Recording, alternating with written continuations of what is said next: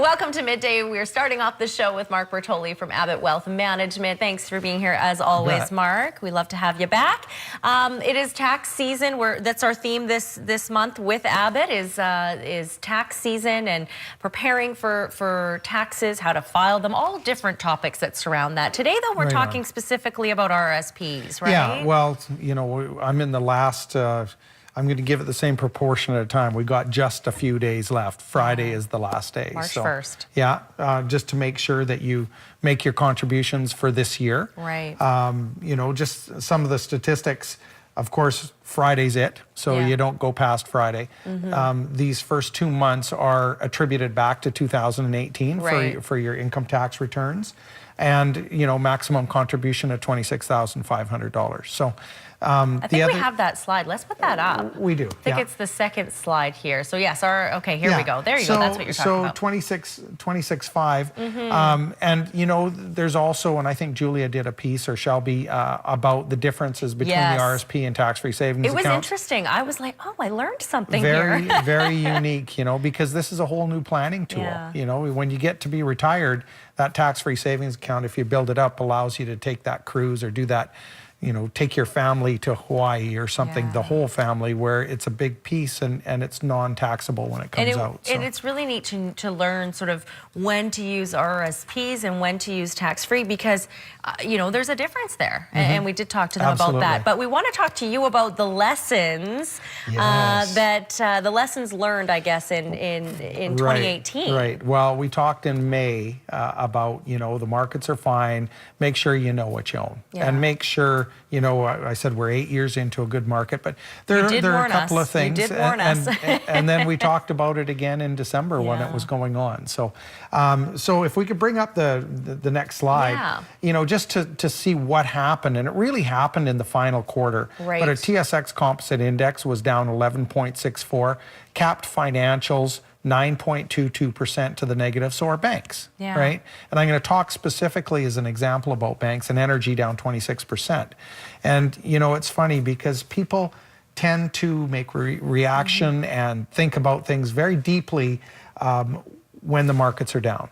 And that's when you got to know if you own something of quality or you're a speculator. Because if you're speculating and the markets go down, what do you have? You have hope. That's it. But if you own something of true value and the markets go down, it's an opportunity to create wealth. So, you know, I thought today would be, because we've come through this and rebounded back significantly, a good opportunity for people to learn a little bit about how we think when we own things of value in the market. So the next slide is really, I use this a lot. It's a case study really on Scotiabank. And the top line, there's an arrow on the top line, that would represent the average growth of the stock over 20 years. The bottom line represents the average growth of the dividends and earnings over that same period of time. If you own something of value, the earnings, if the earnings go up, so does the value of the company. And if you look at those two lines, they're parallel. That's a mathematical equation. That is the way an accountant would determine whether a company is a great company or not. So why I've got two circles on there. The top one shows the downturn underneath the average growth rate. And that's what just happened in the final quarter. So a client would come in to me and say, what's going on? Can you explain this? Is it a good time? Should we buy? Shouldn't we? We were actually buying during this time. The bottom part of that slide showed that earnings for Scotiabank and our banking sector in general broke all records last year.